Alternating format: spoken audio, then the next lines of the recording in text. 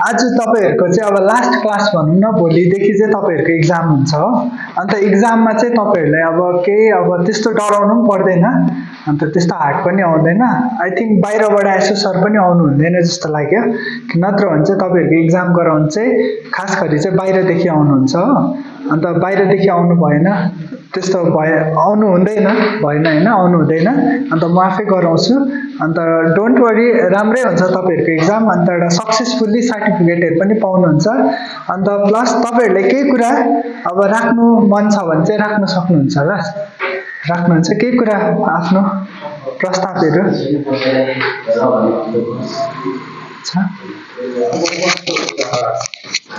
के कुरा तपाईहरुकोबाट फिडब्याक के अब हाम्रो यो सेन्टरको लागि के फिडब्याक हुन्छ त? त्यस्तो के दिन चाहनुहुन्छ कसै तपाई? फिडब्याक अब त्यस्तो के अहिले अब राम्रै भइरहेछ है। ट्रेनिङ अब यतिको अनलाइन सिस्टम रहेछ। अब यसमा चाहिँ अब है कामहरु त सबैले जानेकै छ, तर अब अलिकति अनलाइन सिस्टम चाहिँ हामी अलिक चलाउन नजान्दा चाहिँ अलिकति त्यसमा मात्रै अभर परेको मात्रै हो। अदरवाइज चाहिँ सबै ठिकै छ। तपाईहरु के भन्न चाहनुहुन्छ? अब हामी के भन्छौँ भने है सरकारलाई, किनभने मोदी सरकारलाई हामी धेरै धेरै धन्यवाद दिन्छौँ। उहाँहरूले हामीलाई यसरी है किनभनेदेखि ट्रेनिङहरू लियो, हामीले धेरै कामहरू सिक्नु पायौँ र यस कारणले गर्दाखेरि एकदमै यसमा चाहिँ उहाँलाई हामी धन्यवाद दिन्छौँ मोदी सरकारलाई। तपाई के भन्छ? तपाई के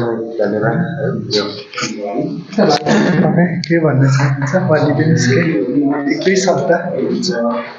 र विशेष गरी चाहिँ मेरोबाट फिडब्याक चाहिँ के छ भने चाहिँ सबै कुरा राम्रै छ। ट्रेनिङ हामी जस्तो अब तल्लो स्तरको हैन मान्छे भनौँ न, किनकि यो लेभलमा चाहिँ काम गर्ने अहिले मान्छे पाउँदैन र यहाँसम्म कि गाडी चलाउने ड्राइभरहरूले त इज्जत पाइरहेको छ। तर यहाँसम्म कि हामी मिस्त्री काम गर्नेलाई, कार्पेन्टरलाई पनि यतिसम्म चाहिँ इज्जत दियो हो। अनि फिडब्याक एकदमै थ्याङ्क यू छ। अनि यहाँसम्म हामीलाई अलिक बिल्डअप अथवा स्टार्टअप पनि हामीलाई भएको छ। अनि यसद्वारा चाहिँ हामीले लोन लिएर के स्टार्टअप गरेर जीविकालाई चलाउनु। Thank you. हुन्छ, तपाईहरु सबैजनाले एकदमै धन्यवाद। अब धेरै कुरा राम्रो सोच्नु भएको रहेछ तपाईहरुले पनि। तपाईहरु सबैजनाले फेरि वान्स अगेन धन्यवाद।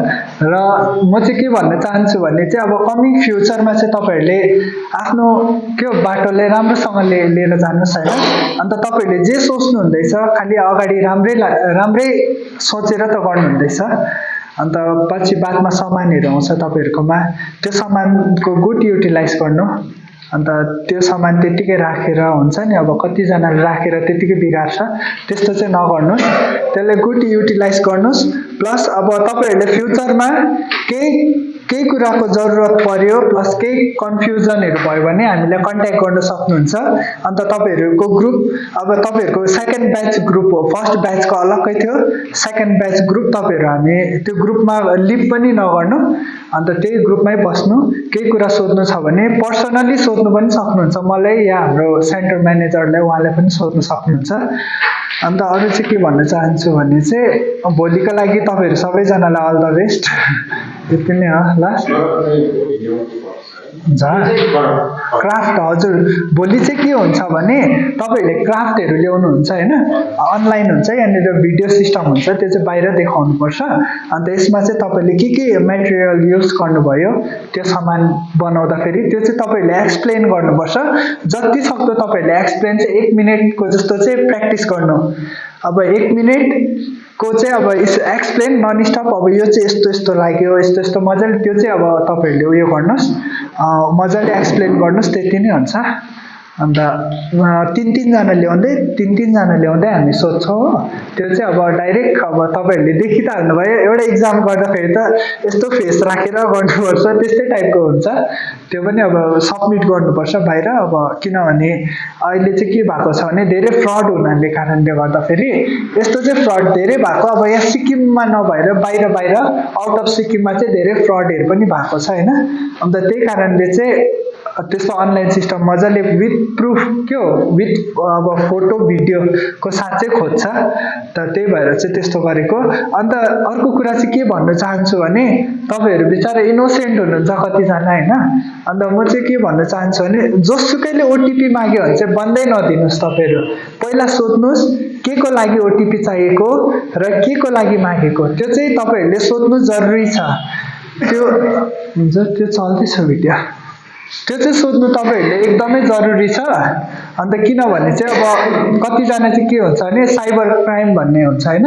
अन्त बाहिरबाट कल गर्छ, हिन्दी नै बोल्छ, आपका ओटिपी दिजिए भनेर ओटिपी माग्यो भने के को लागि भनेर चाहिँ सोध्नुहोस् है फर्स्ट अफ अल चाहिँ। अन्त विथ प्रुफ मात्रै ओटिपी दिनुहोस्। अब तपाईँहरूले ओटिपी दियो भरे पैसा एकाउन्टबाट डङ्गै पैसाहरू काटिन्छ।